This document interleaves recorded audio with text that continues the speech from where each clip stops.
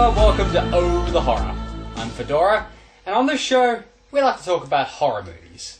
And I'm not talking the good stuff, you know, like the first Nightmare on Elm Street or the first Friday the 13th. No. On this show, we like to talk about the shitty sequels, the god-awful remakes, and just the plain bad ideas. So with that in mind, let's take a look at our first bit on the list. Nightmare on Elm Street 4, Dream Master.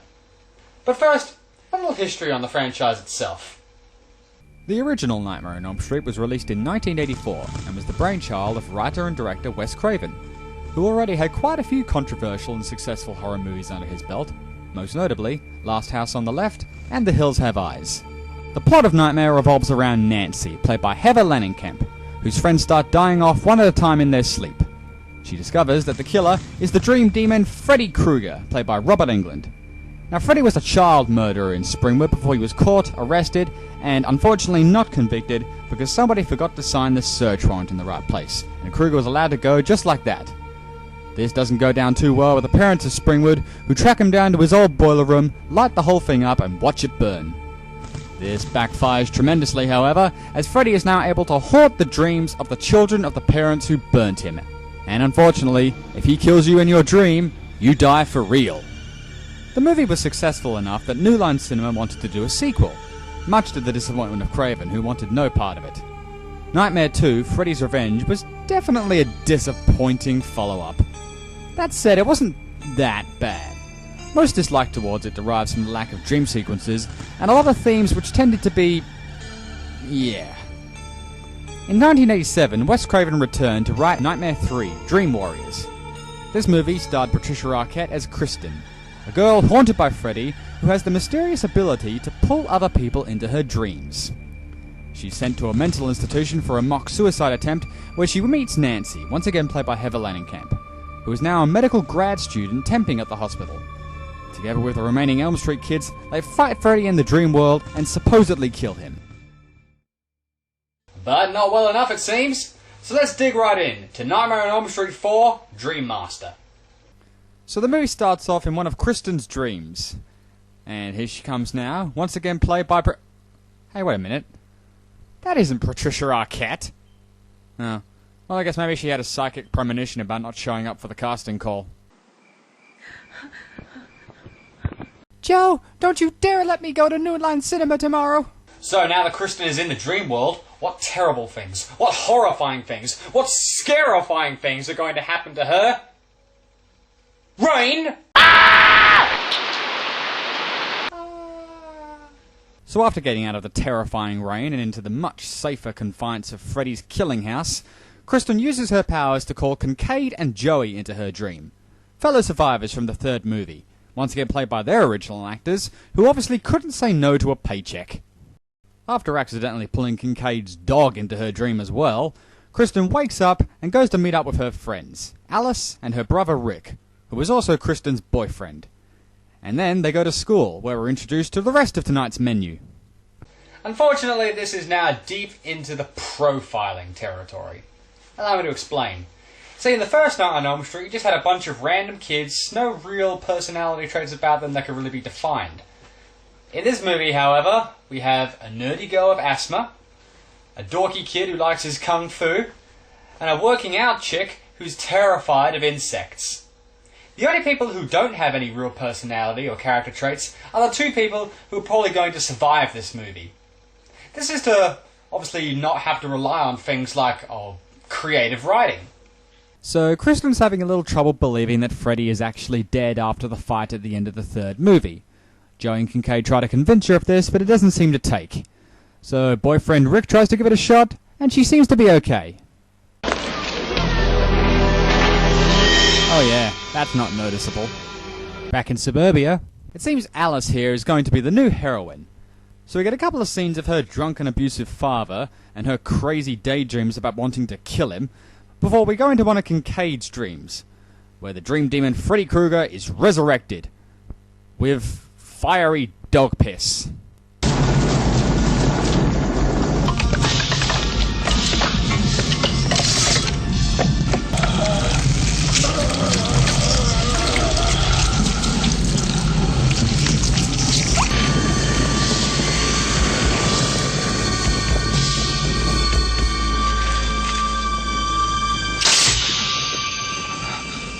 fully revived and ready to kick ass, Freddy moves on to finish off the people who got away from him last time. Kincaid gets it, followed quickly by Joey, and then he moves on to tracking down Kristen. Kincaid, Joey. No. He killed them! He killed them! Excuse me, can you have your nervous breakdown someplace else? Some of us are trying to study. No, Wait, calm down! no! Thank you.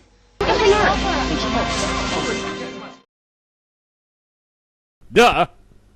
Yes, that is Robert Englund in drag. Feeling better now? God, no. But it's okay. It's just a dream. I want to draw some blood. No! Feeling better now? Not this time, motherfucker! So after that mild piece of uncomfortable, Kristen runs to Alice to tell her what's going on. I'm gonna get that son of a bitch. Before it's too late. I gotta go. I guess I'll talk to you later. Look, Kristen, I know you're not expecting anyone to believe you about this, but can you stop being so blatantly mysterious about it? So with revenge in her mind, Kristen and co run over to Freddy's old house to track the Dream Demon down and finish him off. Kristen, get the hell away from that house! But then because Kristen's mummy shows up, they decide to leave. On delay! Something the matter with the cuisine? When two of your friends die on the same day, let me know what it does to your appetite. You're just tired. Don't think I haven't noticed that you haven't been sleeping, young lady. You did hear what she just said, right? So Mother of the Year here drugs Kristen with sleeping pills, she falls asleep and what do you know, runs into Freddy. Cool Mr. Krueger chases Kristen down, pushes her into a sand pit. She winds up in the house and then the two have their little square off. Elm Street's last brat. Farewell. We beat you before! Granted, back then I was a far better actor and most likely paid a lot more. So after a little Krueger-style taunting, Kristen finds that she's unable to control her powers for some reason now, and drags Alice into her dream. Now no one sleeps.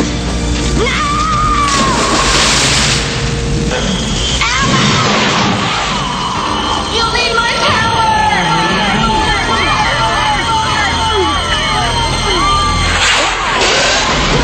Wind! Water! By your powers combined, I am Captain Planet! Alright, we'll buy this. So Alice has got Kristen's powers now.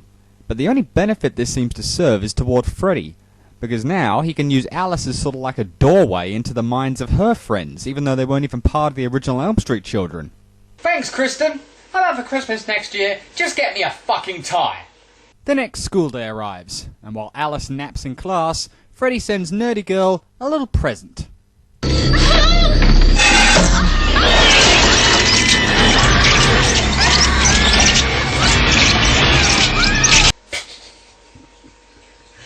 I'm sorry. I should probably find this more threatening. But when I see these things, all I can think of are the scutters from Red Dwarf.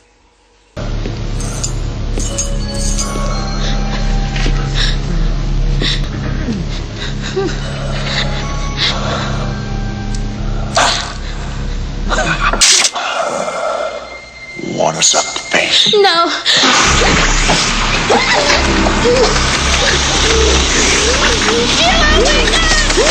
A kiss of death. That's all I need. You flunked. So after that, the Nerdy Girl has an asthma attack and dies in class. Oh, but Kristen's gift is the one that keeps on giving, because now Brother Rick is on the chopping block. So with this in mind, with this being a possibility, you think Alice will be doing everything she possibly could to try and stay awake, to protect everybody? No, she's going to continue going to school, getting bored in class, and going to sleep. Just how important is this girl's education to her? Is it worth risking the lives of your friends and family just to get a good job?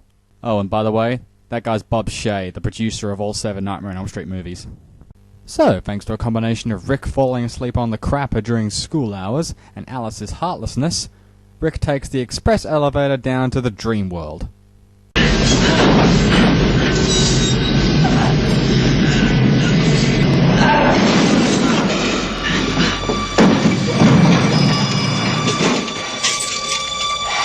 your floor, sir. While down there, he bumps into an invisible Freddy, who spends the better part of the next scene beating the shit out of him before eventually stabbing him through the stomach. Alice takes it well.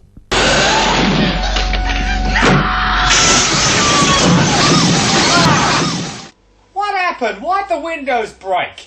It wasn't because of her screaming, they're blowing inwards! So Alice, Mr. Jock, and Workout Girl decide to band together, as it's the only way they're going to be able to defeat Freddy. They decide to meet up someplace to discuss their options that night, so before that Alice goes home to prepare, and then discovers that she's gaining a few new abilities. And apparently, a different hair colour. What's happening to me? Oh, it's nothing. They just couldn't get any red-headed stunt doubles. So before the three surviving teens can meet up, Alice falls asleep again and gets sucked into a cinema screen. Yeah, that applause was probably what they got after the premiere of this movie. So Alice is now in the diner where she works and... oh dear. Please tell me that's not Robert Englund in drag again. Oh wait, no, that's just a very old version of her. Oh, I get it, because it was mentioned earlier in the film that she doesn't want to work in the diner her whole life. Why is this scary? If food don't kill you, the service will. The usual. My favorite. Too tired to cook tonight? Then call Domino's for one of our delicious new soul pizzas. Just for the love of God, don't ask what's in it. You little meatball. So once again, thanks to Kristen's little present, Freddy now has access to the Workout Girl. So, after waking up, Alice grabs her shoes and runs over to try and save her. Unfortunately, Freddy gets there first, and proceeds to work his magic. Now, I'll be the first to admit this. The animatronics in this scene are pretty cool. I mean, Freddy really goes to town here. First he breaks her arms with a dumbbell, then he starts turning her into a cockroach, then he lures her into a bug trap where she loses the rest of her human flesh, before finally crushing her to death. Damn, son! In fact, I think that's definitely worthy of one of these. Monster kill. Kill. Kill. Kill. What the hell was that? Debbie, she's a con. I've collected her, like the others. Yes, if you haven't figured it out already, thanks to reasons that aren't explained, Alice is able to gather the special abilities of the people who die as a result of being in her dream. But enough about that. After falling asleep again, this time behind the wheel of a moving car, Alice and Mr. Jock get into a crash, and Mr. Jock gets wounded and has to be rushed to Springwood Hospital. When does he hit surgery? 15 minutes. They're gonna kill him! No, you're going to kill him unless you stay awake. I mean, for fuck's sake, you're not taking any precautions whatsoever to stay awake. Drink some fucking coffee! So Alice steals a car and drives back to her place, and gets ready for her final confrontation with Freddy.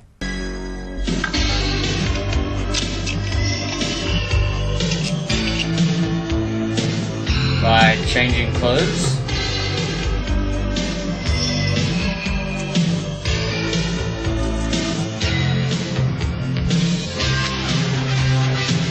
Why are you doing that?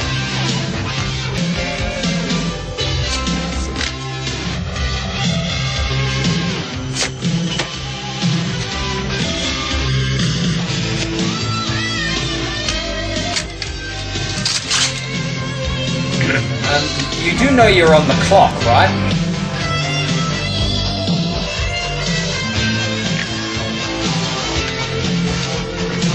You know, your boyfriend he's in trouble.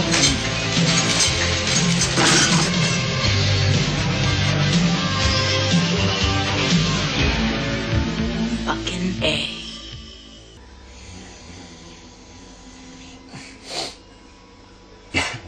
You done?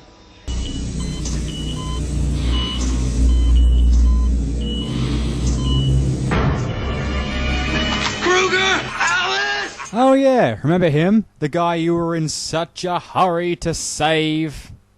So Alice frees Mr. Jock from the hospital chair and they begin trying to escape from the dream. But unfortunately, Freddy intersects them and traps them inside a carnival ride. So they end up getting thrown into a church and... oh no! It seems Mr. Jock's car accident wounds are so bad, the doctors have to wake him up from his coma. Ah, just think, Alice. If you weren't busy wasting your time with that stupid montage, you might have had a little more time with him to maybe do something. You gotta put me back under. You gotta put me back under now. Relax, son.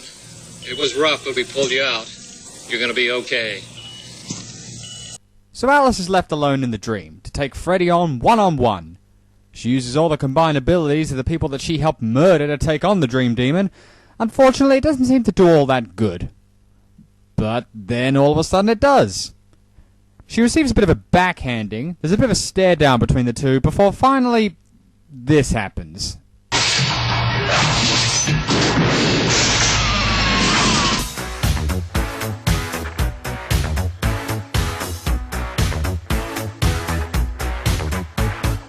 But it seems even that isn't enough to put Freddy down, as he gets ready to finish Alice off.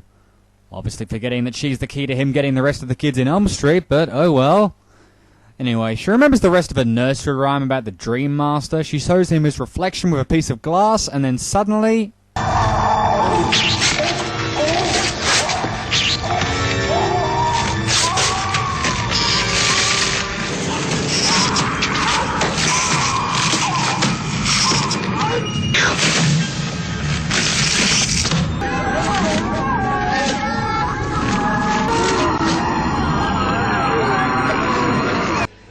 So mirrors are Freddy's weakness. Oh, I'm guessing he just must have forgotten about that when he was constantly appearing in mirrors in previous films. Even in some later ones. Consistency. So, Freddy is torn to pieces, the souls of her friends go free, and Alice walks triumphantly into the sunlight. All seems well. Or is it?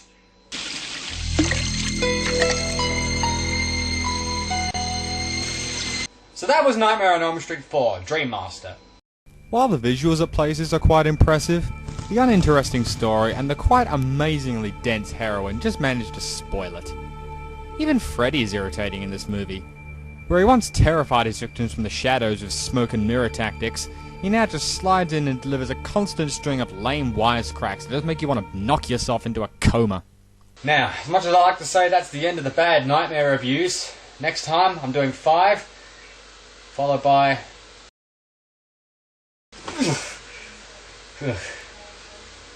I'm Fedora, this was Oh the Horror. Save a scream from me. We'll see you next time.